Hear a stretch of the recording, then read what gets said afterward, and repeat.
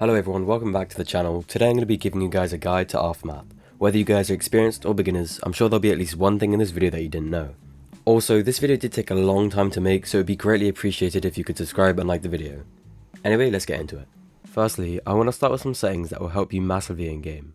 Head to the graphics tab in the settings and turn your brightness up to 2 and your contrast to 0. This helps with seeing in the dark as everything appears brighter. This may give a slightly washed out look, so feel free to adjust the contrast to your liking.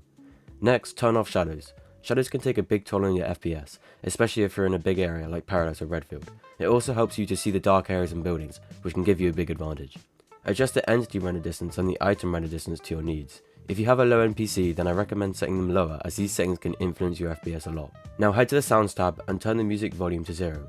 You can also turn down the environment volume, which controls sounds like wind and bird noises. That's pretty much it for the settings. Now let's get into some actual tips. Instead of using bandages to heal health, you should use Healing Salve. Healing Salve can be crafted with 2 bandages and 2 pieces of sap, which can be gathered from small trees like these. Bandages are most effective when healing bleeds and only actually give you 1 extra health.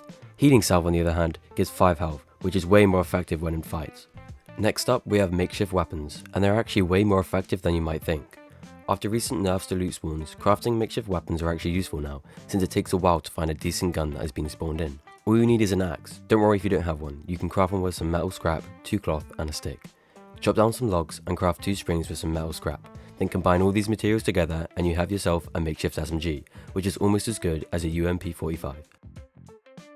If you don't feel like finding all the materials for an SMG, then you can just craft a bow, with 3 sticks and 5 cloth. It deals between 24 and 94 damage, so don't underestimate it. Backpacks can sometimes be hard to find, but did you know you can make a makeshift satchel? It's even bigger than the day pack, and all you need is 5 cloth, 2 sticks, which can be gathered from trees, and some duct tape, which can be found in industrial areas such as garages. It is also worth crafting a splint with some sticks and cloth, since you never know when you will break your leg. You can break it by falling from a height or even getting shot by a player in the leg. Once your leg is broken, you can only move slowly, and when you try and sprint, you will lose health rapidly. Bear traps can be extremely effective for defense, especially when you're inside a building or holding a spot like the ATC tower at the airfield. They are pretty OP as they are relatively cheap to craft. All you need is 4 springs and 50 scrap. It's best to place them at the top of stairs as players won't see them easily when climbing up. They deal loads of damage and also break the player's leg, meaning it's hard for them to run away once they're stuck in it. And if they try to, they will start to lose health rapidly. Just remember that you can set these bear traps off yourself, so make sure you remember where you put them. You can also craft a landmine that will instantly kill the player. It's way more hidden than a regular bear trap as it sinks into the ground.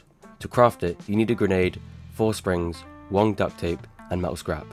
You can also find these naturally spawned in caches. First of all, houses can be pretty underrated in Aftermath.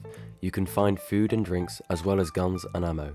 Make sure to look out for the houses that have an American flag sticking out the front, as these often contain more guns and ammo than a regular house. If you happen to stumble across a greenhouse that looks like this, it is definitely worth checking inside, because it has a basement that contains a gun spawn, a supply crate, and an ammo crate. Next up we have the Quarry. This POI is often overlooked and can contain lots of good loot even after the nerfs and changes it has received.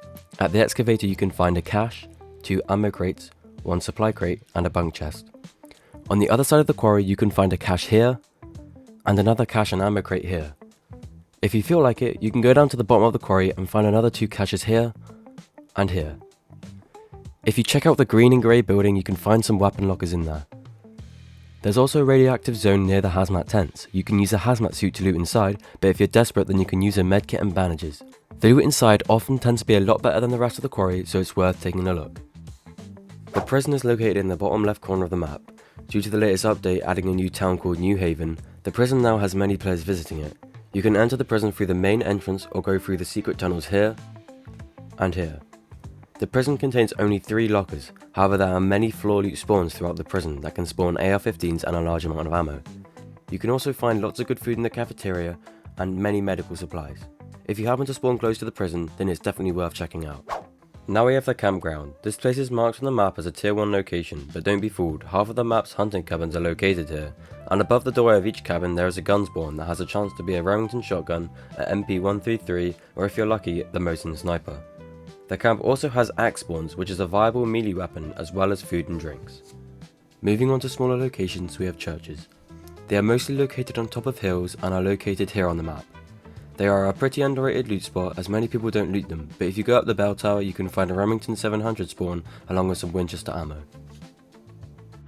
Hunting shops contain many valuable weapons. They can spawn shotguns, assault rifles, snipers, pistols, and a lot of ammo. They can be found here on the map. They're usually visited often, so you're likely to see a player there. If you climb at the back of the building, you can access a secret room which contains a supply crate and an ammo crate.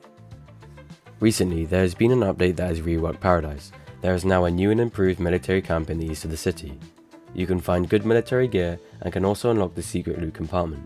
To do this, you need to pour at least half a kilogram of fuel into the generator. The light should turn on and a gate will slide open, which will give you access to a cache, a weapon locker, and a floor loot spawn, which have chances to spawn higher tier loot. The same exact loot location can be found in New Haven, and it is exactly the same but with a different layout. Currently, these are the only locations where you can do this, but I expect more will come in the future. Redfield is a town located in the west of the map. It has a lot of military gear, as well as a hazmat area next to the hospital which can be looted for medical supplies. There are bunk chests and caches located in the main military base, and also a smaller military base in the southern part of Redfield. Once you have finished looting these, you can head over to the small office buildings near the construction site on the north side of Redfield, which on the roofs contain ammo boxes and some floor loot spawns, where you can find pistols, SMGs and AR-15s. It's also worth to check the office desk and briefcases, as they can often contain guns too. Now let's get on to some extra stuff. There are 3 types of floppy disks in the game, the red, black and blue one. The blue floppy disk can be dropped from any zombie when killed. It has a 1 in 1,000 drop rate. The disk allows you to call a random edge up at the radio tower. You need to place some fuel in the generator at the bottom, then climb to the top and place the floppy disk in the computer. Once you have done this, an airdrop will spawn within 200 meters of your location. The black floppy disk can be obtained from one specific zombie that looks like this, and can only be found in military locations like airfield and prison. To use it, you need to go to the bomb shelter, put in some fuel into the generator, and use the floppy disk in the computer. Then you could head down the ladder where you can find a rare weapon on the table and some other military gear. The red floppy disk is a bit more complicated. First, you need to have a hazmat suit and a gas mask and head to the nuclear power plant. Once you're inside the gas zone, you need to look around for a Chinese zombie that looks like this. The zombie has a 1 in 40 chance of spawning, and when you kill it, it drops a red floppy disk. Once you have the disk, you need to go to the bunker in I-1. It isn't marked on the map, so it might be a little hard to find. Once you're there, you need to make sure you have a lot of ammo and some decent armor, since you're going to need to take down some NPCs. Put the disk in the computer and the door should open. I recommend you take down each NPC down one by one. Head through here and turn off the machine to prevent the gas from killing you. Once you've done this, you can freely loot the bunker and can find tier 3 loot such as SVDs, Sagas and AKMs. I hope you guys enjoyed the video. If you did, then feel free to drop a like and subscribe to the channel. Anyway, I'll see you guys in the next one.